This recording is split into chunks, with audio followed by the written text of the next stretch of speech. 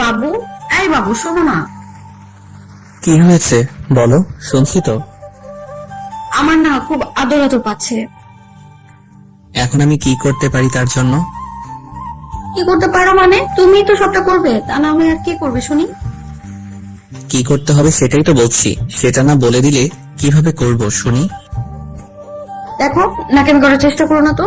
আমার আদর আদর পাচ্ছে, তুমি এখন আমাকে আদর করে দিবে, তাহলেই তো হয়ে যাবে। তুমি এত কথা বলেছো কেন? নাকি আমাকে আদর করার ইচ্ছেটা নেই তোমার? দেখো, এটা অফিস, এখানে এরকম করো না তো। তারপর ঝামেলা হয়ে যাবে, তখন সবাই জানাজানি হয়ে গেলে কে একটা অবস্থায় মধ্যে পড়তে হবে, বুঝতে পারছো? কি হবে না হবে সেটা তো আমি ভাবছি, তাই না? আমার শুধু এখন তোমার আদর চাই, ব্যাস। আমি আর কিছু জানতে চাই না। তুমি আমাকে আদর করবে কিনা বলো। মাঝে মাঝে আপনার কি হয় বলুন তো, যার জন্য অফিসের মধ্যে এসব উল্টাপাল্টা কথা বলতে শুরু করেন? সাকিব কথায় মায়ার চোখ বড় বড় করে রাগী দৃষ্টিতে ওর দিকে তাকালো আর বলতে লাগলো, এবার কিন্তু আমি রেগে যাচ্ছি। আরে বাবা, রাগ করার মতো কি এমন বললাম যার জন্য রেগে যাচ্ছেন, সেটা তো বলেন। তুমি আবার আমাকে আপনি আপনি করে বলছো। তোমাকে একদিন না বলেছি আমাকে তুমি করে বলবে, আর এসব আপনি টাপনি চলবে না। কিন্তু কেন আপনি করে বললে কি সমস্যা? আর এখন তো আমরা অফিসে আছি, আর অফিসের বসকে তো তুমি করে বলাটা মানায়, তাই না? বসকে তুমি করে বলাটা তো কোনো ভদ্রতার পরিচয় দেয় না। তোমাকে আপনি করে বলতে বারণ করেছি, তুমি বলবে না, তাই না? আপনি করে বললেন কেমন যেন পরপর লাগে। আর তুমি করে বললে কেমন লাগে? তুমি করে বললে কেমন লাগে বুঝতে পারো না? অনেকটা কাছের মনে হয়, অনেকটা আপন মনে হয়। এই জন্যই তো বারবার তোমাকে তুমি করে বলতে বলি। সহজ সরল মানুষ তো এত প্যাচ বুঝি না। আপনি আমাকে সবটা বুঝিয়ে দিন, তাহলেই হবে। ওই জন্যই তো সবটা গুছিয়ে দিচ্ছি। তোমাকে বলছি আমাকে একটু আদর করো, তুমি করতে চাইছো না কেন সেটা বলো। একটু আদর করলে কি এমন ক্ষতি হবে তোমার? দেখেন ম্যাম, এটা অফিস, এখানে উল্টাপাল্টা কথা বলবেন না। কেউ দেখে ফেললে ঝামেলা হয়ে যাবে। দেখো, এখানে কেউ আসবে না, দেখার তো প্রশ্নই আসে না সেখানে। তাহলে তুমি এত ভয় পাচ্ছ কেন? এখানে তো শুধু তুমি আর আমি আছি। আপনি অফিসের বস, আর বসের কেবিনে যে কোনো সময় যে কেউ চলে আসতে পারে। আর এসে যদি আমাদের ওই অবস্থায় দেখে ফেলে তাহলে কিন্তু অনেক সমস্যা হয়ে যাবে। ওই অবস্থায় মানে? তুমি কোন অবস্থার কথা বলছো? আপনি কি এতটাই ন্যাকা যে কিছুই বুঝতে পারেন না? ধরেন আমি আপনাকে আদর করছি, তখন ওই অবস্থাতে কেউ যদি আমাদের দেখে ফেলে তখন তো ওরা উল্টাপাল্টা কিছু একটা ভাববে। ও তাই ভাবলে ভাবতে দাও, ওদের ভাবাতে আমাদের কিছুই যায় আসে না। কারো কিছু যায় আসে না, কিন্তু তখন বলবে আমার আর আপনার মাঝে কি সম্পর্ক, আর আমরা এসব করছি কিসের জন্য? হয়তো আমি আপনাকে আমার প্রেমের ফাঁদে ফেলেছি, আর আপনার টাকাগুলো হাতিয়ে নেওয়ার জন্য আপনার সাথে প্রেমের অভিনয় করছি। তখন আপনার খারাপ না লাগলেও আমার কাছে প্রচন্ড পরিমাণে খারাপ লাগবে, নিজেকে অনেক বেশি ছোট মনে হবে। তোমাকে বলছি না, কে কি বললো সেটাতে তুমি কান দিবে না। আমি তোমাকে ভালোবাসি, ব্যাস এটাই আমার কাছে অনেক। তাহলে তুমি কেন এসব কথা শোনো আর কেন মানুষের কথা কান দাও বলো তো? দেখেন, সমাজের মানুষকে নিয়ে আমাদের চলতে হয়, তাই সমাজের মানুষের কথাটা মাথায় রেখেই সামনের দিকে এগোতে হয়। বউকে ভালোবাসতে গেলেও সমাজের মানুষের কথা শুনে বাসতে হয়, তাই না? ম্যাম, কি যে বলেন না, আর এসব কথা কেন বলছেন?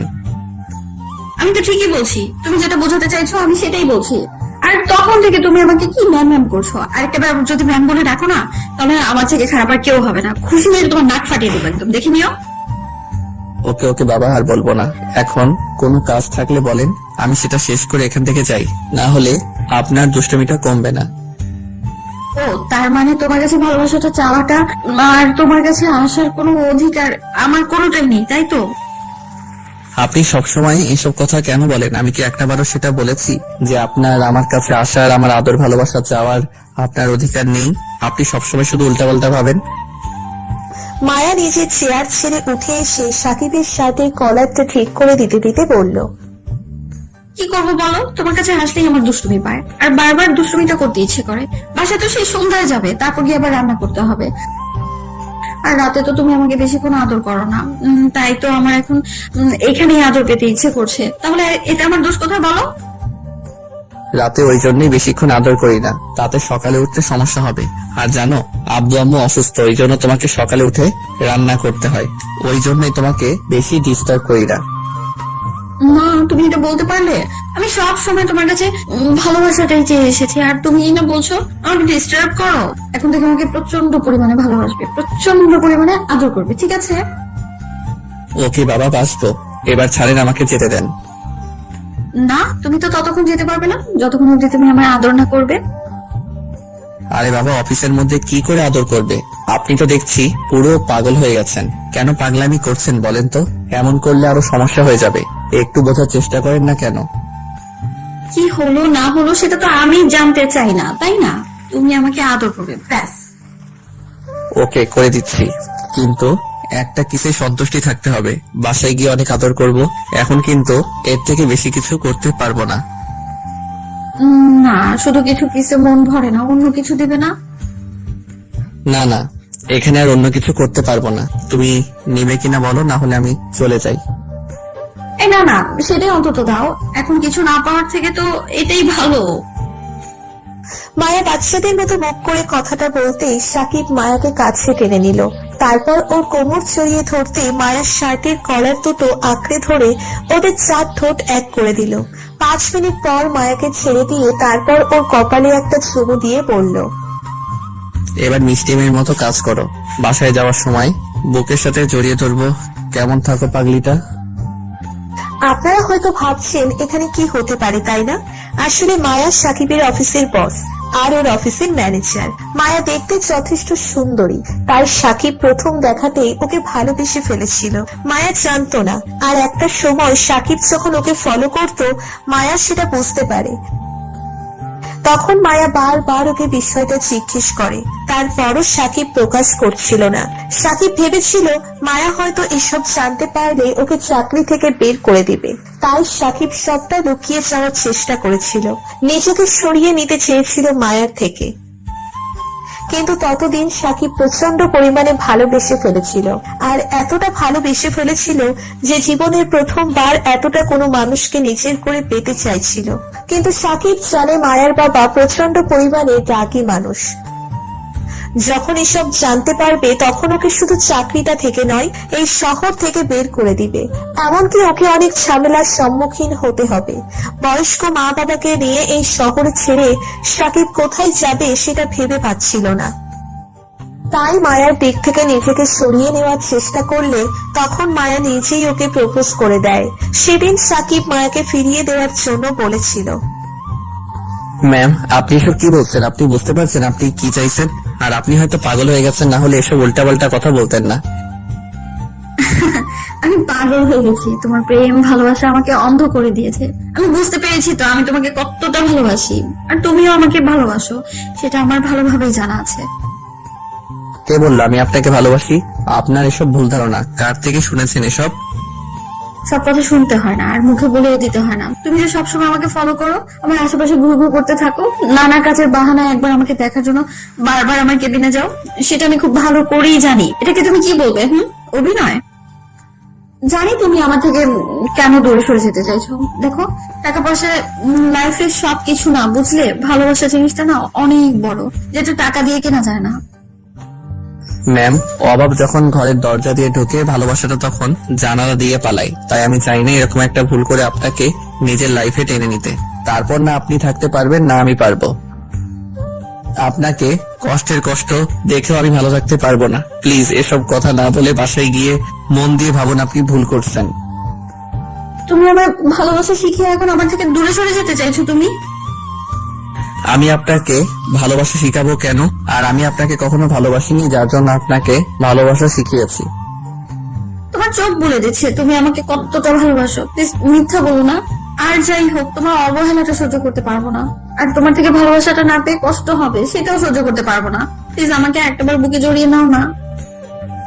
বললাম তো আমি আপনাকে ভালোবাসি না, তাহলে বুকে জড়িয়ে নেওয়ার তো কোনো প্রশ্নই আসে না। মায়া সাকিবকে অনেকবার বোঝানোর চেষ্টা করেছিল সেদিন। তারপর পুরো 6টা মাস ওকে বোঝানোর চেষ্টা করেও ব্যর্থ হয়ে গেছিল, কারণ সাকিব ওর থেকে দূরে সরে যেতে চাইছিল। তারপর যখনই বিষয়টা মায়ার বাবা জানতে পারলো, তখন অনেক ঝামেলা হয়েছিল। মায়ার বাবা সাকিবকে অফিস থেকে বের করে দেয়। সাকিবও নিরুপায় হয়ে অফিস থেকে বের হয়ে যায়। অন্যদিকে মায়া কয়েকটা দিন নিজেকে ঘরবন্দি করে দিয়েছিল। তারপর যখন মায়ের আব্বু ওর বিয়ে ঠিক করে দেয়, তখনও সুইসাইড করার মতো একটা বড় সিদ্ধান্ত নিয়ে ফেলে। সেদিন কোনো রকমে মায়াকে আব্বু আম্মু বাঁচাতে পারলেও ওই ঘটনার পর থেকে মায়া কারোর সাথে কথা বলছিল না, শুধু বলছিল সাকিবকে ভালোবাসার আর ওকেই চায়। মায়ের আব্বু কোনো উপায় না পেয়ে সাকিবকে অফিসে ফিরিয়ে এনেছিল। তারপর ওর সাথে সাকিবের বিয়ের কথাটা বলেছিল। তখন সাকিব মায়ের আব্বুকে বারণ করে দেয়, কারণ সাকিব জানে ও মায়াকে কখনো হ্যাপি রাখতে পারবে না। সাকিবের সিদ্ধান্তে মায়া আবারও পাগলামি করতে লাগে। তখন মায়ের আব্বু সাকিবের বাসায় গিয়ে ওর আব্বুর হাত ধরে করজ ছুঁড়ে ওনার মেয়েটাকে নিজের ঘরে বউ করে নিতে বলে।